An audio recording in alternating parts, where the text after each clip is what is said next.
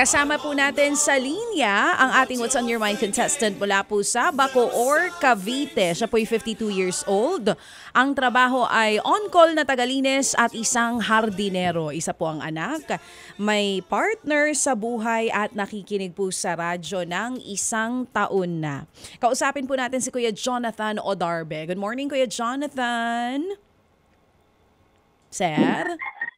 Hello, Tata. Yes Good po. morning, ma'am. Good morning. Good morning po, Tatay. Naririnig niyo po ako. Malinaw naman po. Yes, ma'am. Good morning, ma'am. Good morning. Malinaw po. Magandang umaga po. Good morning. Good morning. Yes po, Tatay. Certified Pylon at bibisata sa inyong tambalan Naku, salamat at naman. sa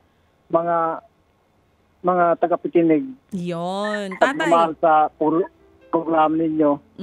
Salamat po. So, Tatay, sa radyo po talaga kayo nakikinig kasi in radio. Oo. Opo. Ano na po ang so yung paglipat po namin dun sa dati, nandiyan na rin kayo sa 105.9 dyan sa Cavite. Oo, ma'am. Oo. Kamusta po ang signal namin ng aming bagong frequency dyan po sa Bacoor, Cavite? Malakas. Malinaw. 100%. Yan. So 1 taon. So paulit po kay Tatay, anong frequency natin? Ano pong frequency natin, Tatay? 100% ang linaw at klaro ang Anong stasyon? Signal. Ano po ulit stasyon namin, Tatay? 105.9. Yung! Yan, malinaw na malinaw. Tatay, paano nyo po nalaman na nandito na kami sa True FM? Kasi halos 1 taon pa lang daw po kayo nakikinig. Si naghahanap ako ng mapakinggan at nabuksan, napihit ko ang inyong tambalan ni Sir Pylon kasi favorite ko rin siya kasi babae ko rin kasi. Sa Tacloban din po kayo? Hindi, taga Southern Leyte, ma'am. Taga Southern Leyte. Sa Leyte rin po. Okay po. Southern Leyte, oo. Oo. So, Tatay Jonathan, paano po kayo napadpad dyan sa Bacoor, Cavite? Yung aking amo na pinapasokan ay dito napadpad sa nagkaroon ng bahay dito sa subdivision ng pamilya, ma'am. Springville. So, ito pong amo nyo dyan, siya rin po yung amo nyo nung nasa Leyte pa po kayo? Yung noon pa, pero ngayon hindi ko na amo siya ngayon. Hindi na, noon pang matagal-tagal na tagal-tagal na din po, ma'am. Sige po. Gaano na po ba kayo katagal dyan sa Cavite, Tatay? 20 years na, ma'am. 20 years. Opo. 20 years na. Ilang taon na po itong anak ninyo na nag-iisa lamang? 24, ma'am. Ito po ba'y nakatapos ng pag-aaral, Tatay? Oo, ma'am. Wow. Isang tourism. Tourism graduate at nagwo-work na po ba ngayon?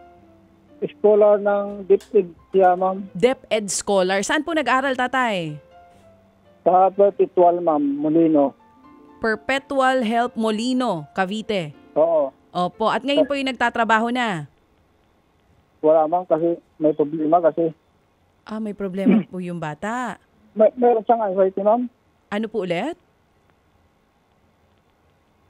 Tatay? Meron siyang anxiety. Okay, nagkaroon po ng anxiety yung bata. Ano pong cause nito, Tatay, kung okay lang pong itanong? Kasi,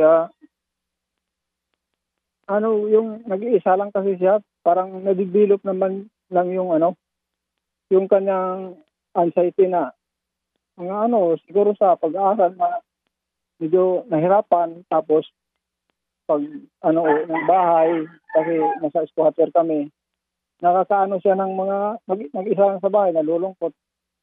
Dahil mag-isa siya, siguro God doon nakuha, na-develop yung kanyang anxiety, ma'am. Okay po. At napatingin na po ito sa doktor, ito pong anak ninyo, at diagnose po talaga siya with anxiety. Hindi pa nga, ma'am, eh. Okay. Kasi yung nag-OJT nga siya, ma'am, sinamahan ko siya ng sinamahan, eh, kahit yung classmate niya ay kasama nung nag-OJT. Kasi dahil sa anxiety niya. So, pero sa siya naman, ma'am, ay nung pinasok siya ng aming kapitbahay. Nagpugo kasi siya, ma'am.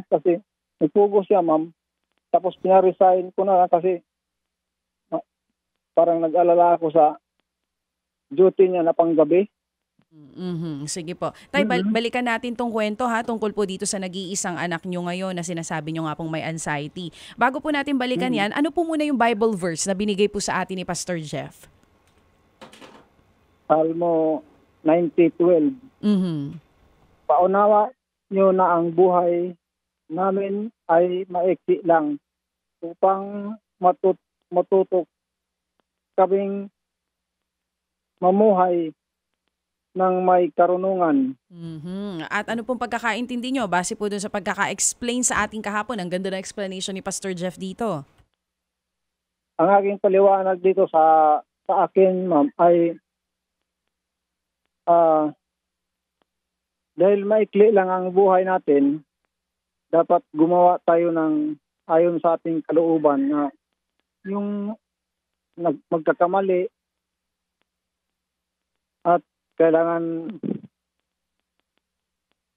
tumulong sa mga nahihirapan. Dahil ang buhay ay maikli lang. Oo. Dahil hindi tayo tumatagal sa lupang ito dahil tayo ay may katapusan. Opo. Sige tatay, ito po ba 2,000 piso tay kung sakali saan niyo po planong gamitin? Pabili na lang ng bigas, ma'am. Bigas po diretso. Oo, kasi ang on-call ko kasing trabaho, minsan lang, tuwing halos pangalawang buwan lang ako matatawag sa aking mga... hindi po consistent araw-araw yung trabaho nyo. Yung pong partner nyo ang wala dyan dahil kasambahay po. Oo, yun ang bumubuhay sa pamilya ko, ma'am. Okay po. So kaya nga ako sa kanya eh. Nahihiya na po kayo. Kaya po itong 2,000 piso, diretso po talaga sa pambili nyo po ng bigas. Oo, ma'am. Okay po. Sige po tatay, kabisado nyo naman po siguro kung 1 taon na po kayo nakikinig kung paano po ang ginagawa po namin dito sa programa. Antabayanan po namin ito pong mga pruweba po dito po sa napag-usapan natin. Kung okay lang pong maipadala sa amin yung video or pictures po nito mga naikwento nyo po. Ano po? Oh, yes, ma'am. Yes po. Pagkatapos po nun, ipapadala namin agad yung 2,000 tatay sa inyo. Pasensya na po sa sa reaction ko na matagal akong nakasagot, ma'am, kasi emotional kasi ako, ma'am. Oo, naintindihan natin yan, Jonathan. Jonathan, yung bang anak mo, babae lalaki? Babae, sir. Oo. Sa ngayon, ano ang latest sa kanya? Meron na ba siyang pinupuntahan na therapist para matulungan siya? Wala pa, sir. Sige. Okay. Ganito, Jonathan, hintayin namin ang prueba ni Mobay, ha? Taga-asa mo sa Southern Leyte? So good, sir. So good. Sige.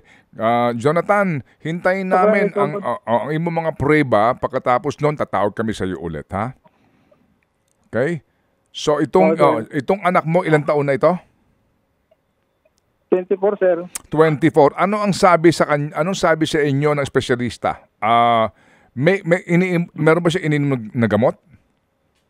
Hindi ko pa nga patingin, sir. Gusto ko nga wala. Kasi, okay. Sige. Okay. Sige. Kasama ko sa bahay palagi. Hindi, natatakot lang siyang mag-apply ng malayo. Hindi siya komportable. Hindi siya sa sarili. Oo. Kailangan niya ng professional help, ha? Kinahanglan niya